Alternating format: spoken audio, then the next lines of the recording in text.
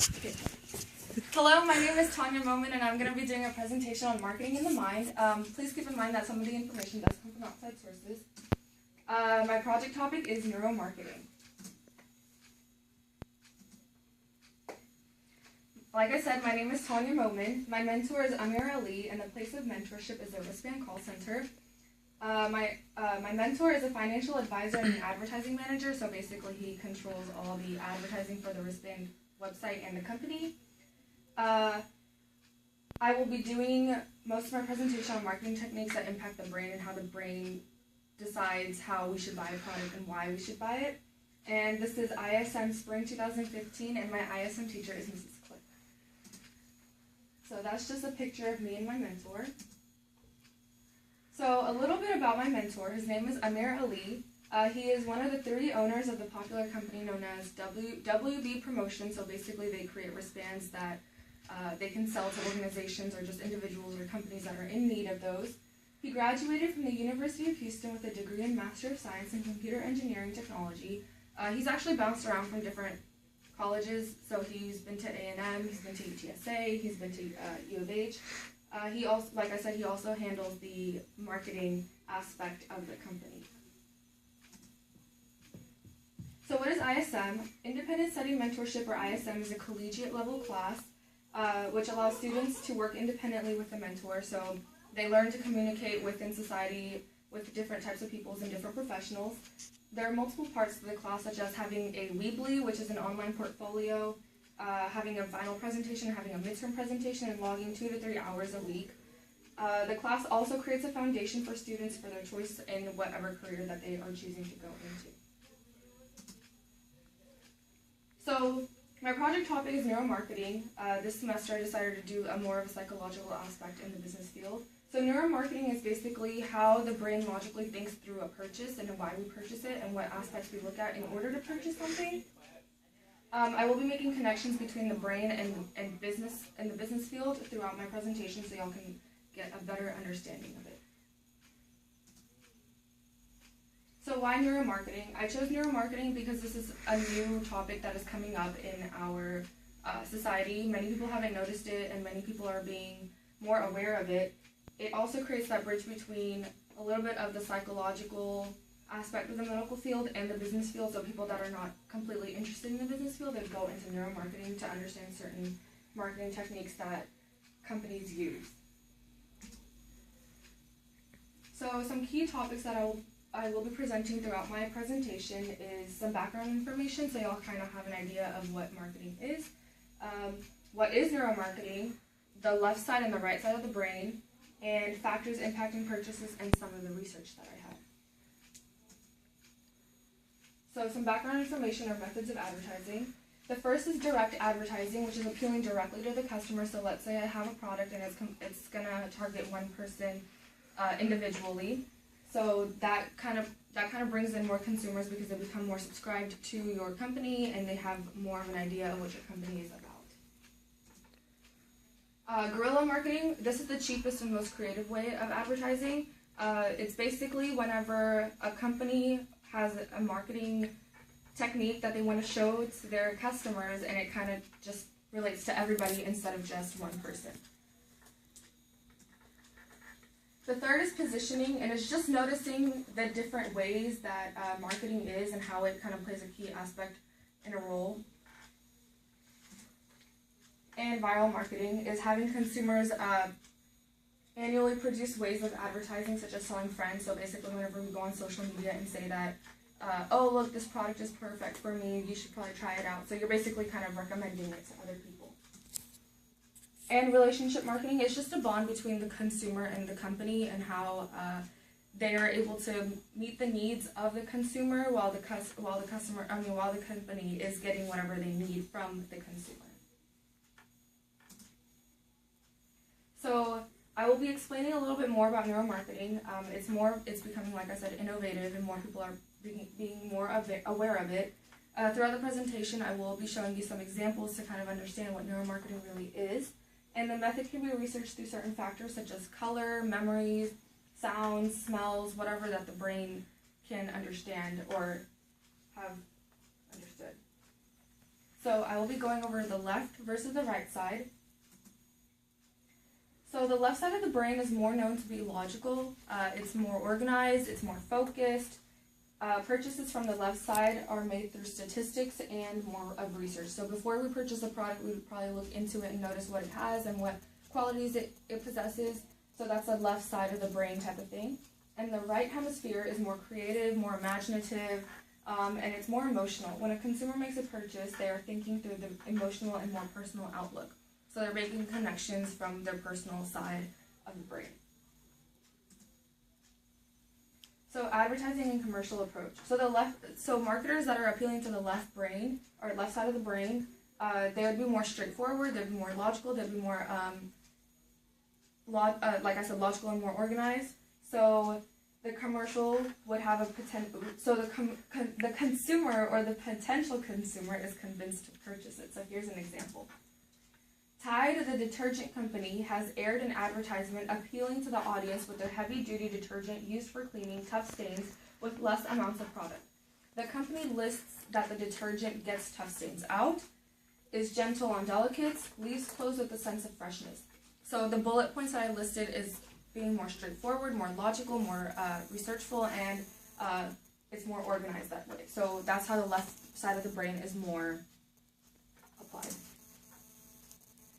The right side marketers appeal to consumers by telling a story, kind of having a plot to it, being more comedic about it. This form of advertising pulls consumers into buying a product by showing a sense of creativity.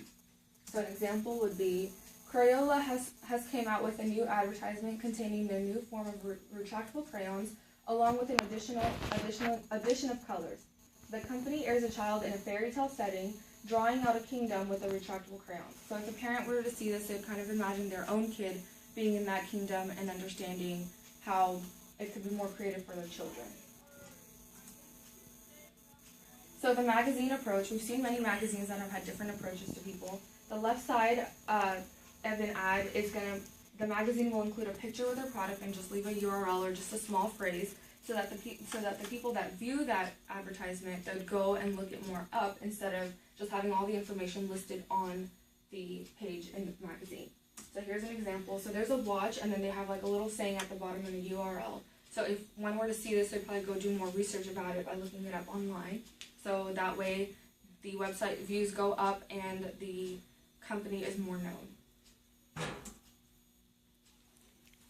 The right side marketers feature a fold-out type of ad, which the viewer is into buying and has breathtaking imagery along with vivid language. The consumer's interest is sparked, so they see more vivid colors and more words, and they kind of understand that it's more fascinating. So here's an example.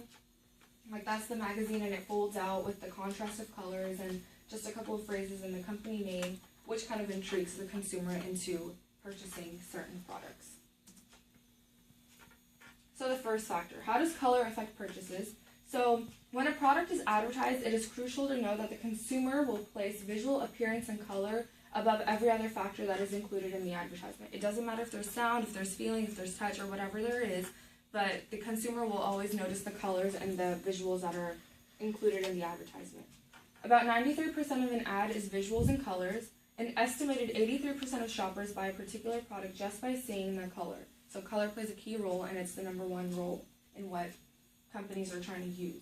So an example would be if a company uses the color green to promote their new water bottle, the potential consumer relates the green with the water bottle as being healthier and more active. If a company uses the color red for their new car, the consumer will relate the red with the car as being bold. Colors also make a personal connection to the individual. So that's just a color chart and how yellow is optimistic, red is energy, black is more powerful, and purple is used to soothe. Just a color chart that marketers use. The second factor is sound.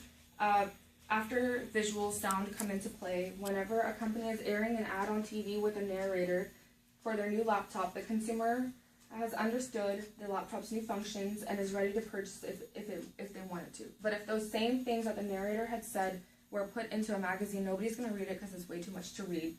So sound is one key role in that. And jingles and little cute catchphrases are what also get companies known.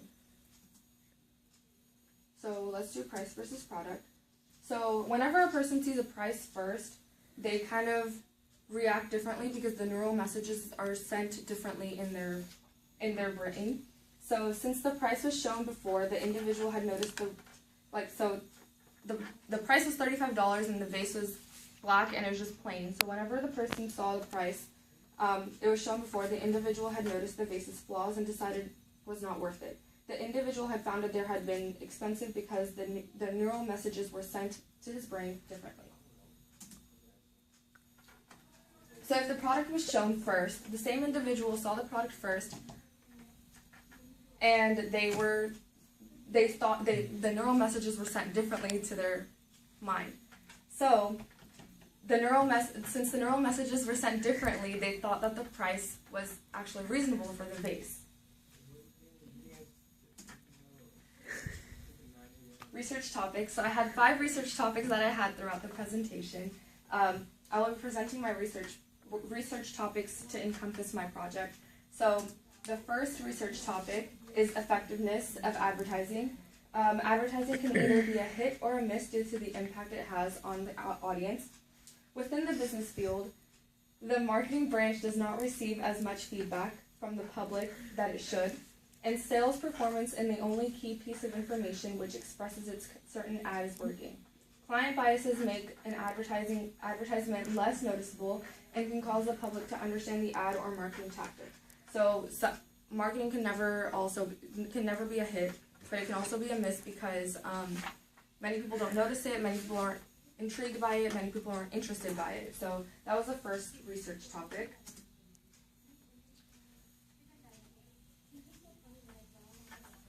So the research number 2, how the brain determines the product value. On the second research page, I understood the way consumers relate to a product when looking at the price first or vice versa, like I did in the experiment. Some points which targeted the topic included when consumers see the price before viewing the actual product, they start to logically think of the product is worth it or the price is not. When the price is shown first, neural signals are stimulated differently as compared to seeing the product before the price. The article focused on neuromarketing, just as my project topic, and consumers are more likely to look at the price before the product when it comes to purchasing. The third is the psychology behind branding, so basically colors and sounds that are needed whenever an advertisement is displayed. The fourth is managing an online reputation, review sites, social media, and all those different things kind of encompass what an online reputation will build up. So and the last was common marketing strategies. Many companies and businesses lack certain strategies to reel in their consumers. 40% of consumers respond to visuals better than online websites. 77% of customers give their emails or subscribe, and 70% of their average day is spent on the internet. So, like I said, we had to have an online portfolio, which was a Weebly, and here's some screenshots of my Weebly. That's the homepage of my Weebly. Those are my journal entries that we have to recording the daily activities that we do in ISM, and the activity logs kind of reporting how many hours we spend each week on ISM. My product was a tangible product. It was an infographic, which kind of showed the left and the right side of the brain, how it's creative on one side and logical on the other. So here's a picture of it. So that's the left side and that's the right side, and the left side is less colorful than the right side. So my experience with this project has been great. I understood many different things and why we purchase certain products. I will take any questions and comments at this time. No? Okay. So I would like to say thank you to my mentor, my parents, Mrs. Click, my evaluators, and everybody that has seen my presentation. I give you the biggest thank you I possibly can. And that's my works that I do.